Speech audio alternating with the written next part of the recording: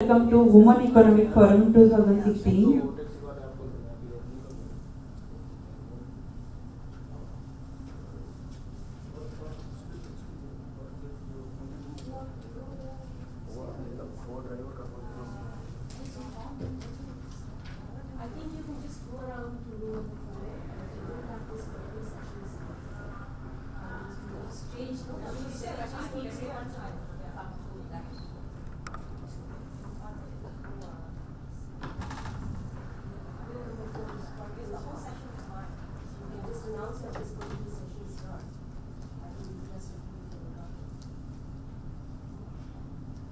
This session regarding anti-bullying, learning to speak up.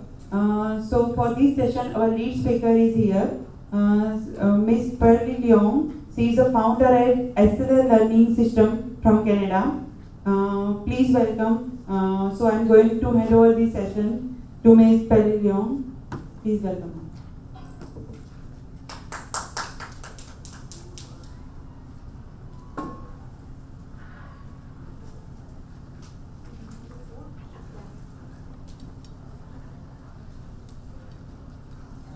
Closer here? Yeah. Well, thank you very much for coming. And I want to bring a very warm welcome and morning to all of you for making it here. And a big warm welcome from Canada. Lots of warm hugs. I am Pearlie Leong. I'm the founder of Excella Learning Systems, and I'm from Canada. Well, before I start, let me tell you what brought me here and how I got here. There's a little story behind it. So I flew from Vancouver, and they had a layover in London, and London to Delhi. It's about 18 hours altogether. So I came from the other side of the globe. And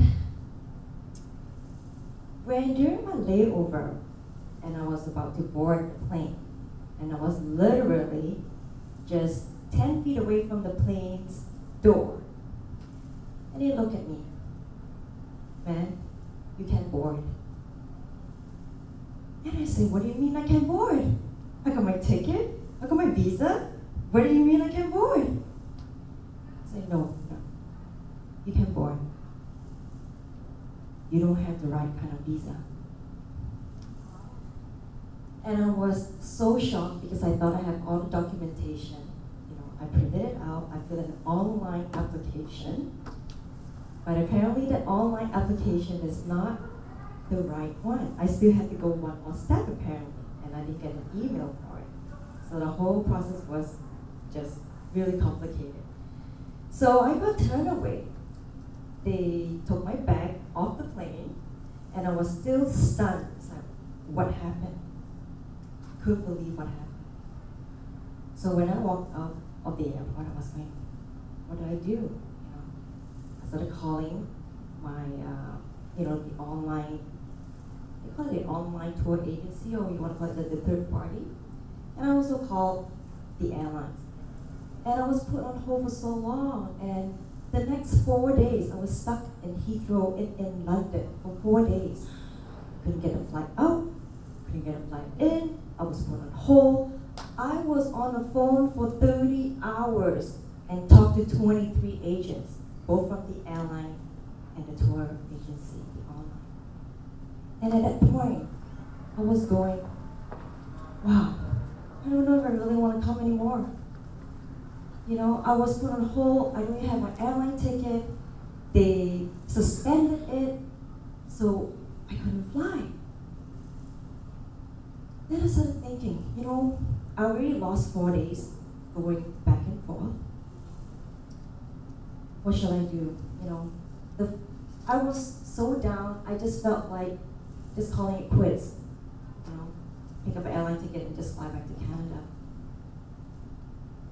But something in me kind of like told me, I need to come. I need to give a message now. Because this message that I have to bring to you is something that you can share with your girlfriends, with your co-workers, with your children, with people around you, young ladies, whoever you're mentoring, whoever you are in touch. This is about empowering them to speak up.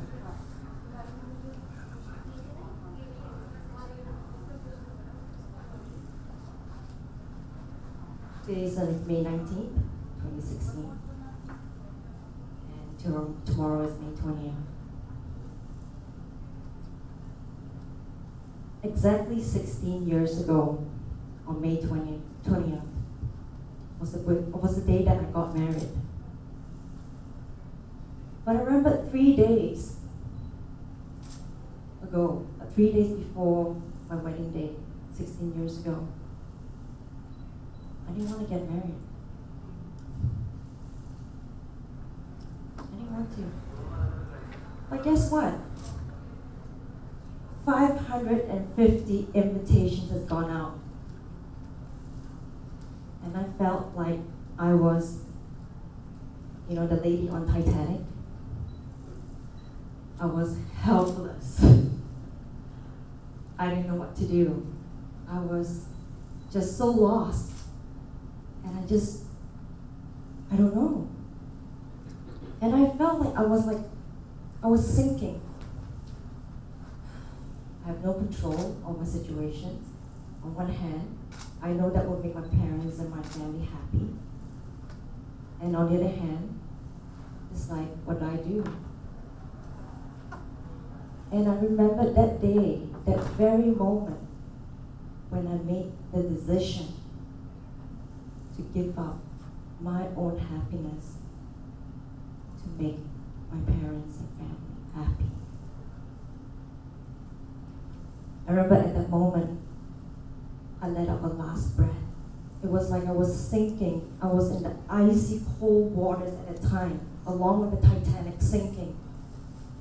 And I gave up my very last breath.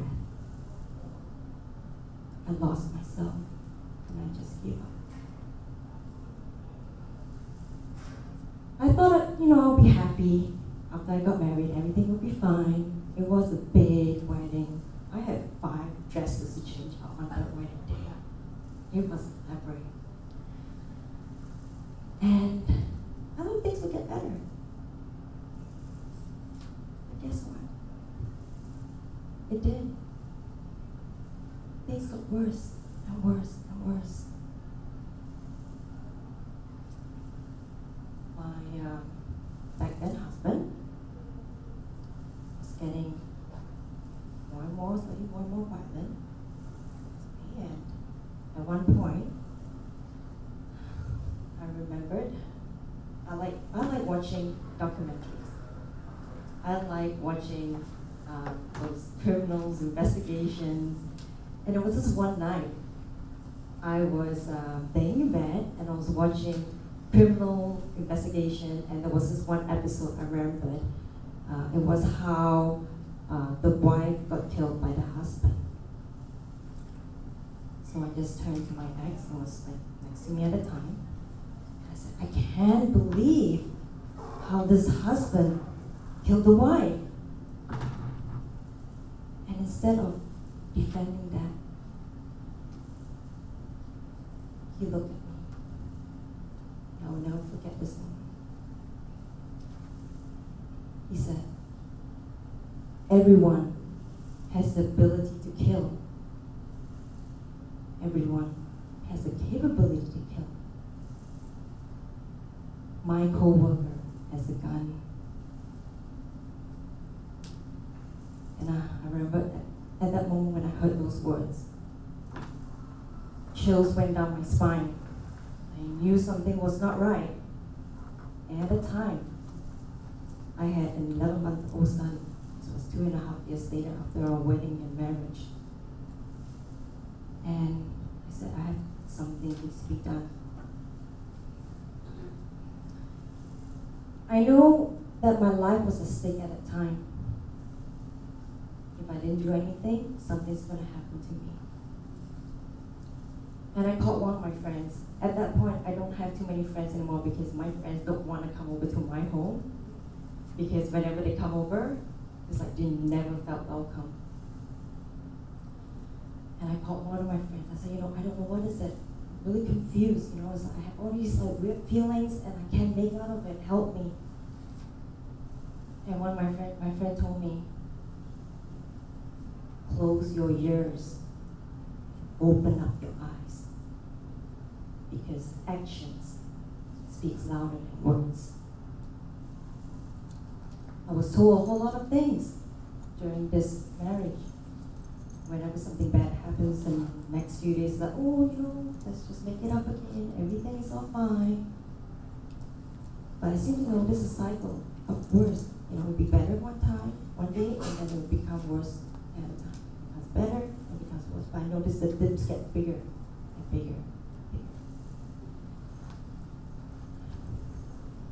So then I realized that if I don't get out in time, something is going to happen to me. Something very bad and dark is going to happen to me. And I took the blunt end of the blame when I was getting out. I know I couldn't ripple any water. I got to come step back and just say, okay, yes, you're right. You're absolutely right. And eventually, I made my way out. I took the blunt end of the blame. And my son and I got out safely. He was 11 months old when I left the marriage. Now, why am I sharing you with all these things in my life? Because I'm sure you know someone around you, a family member, a girlfriend, a co-worker, that could potentially be going through something like this.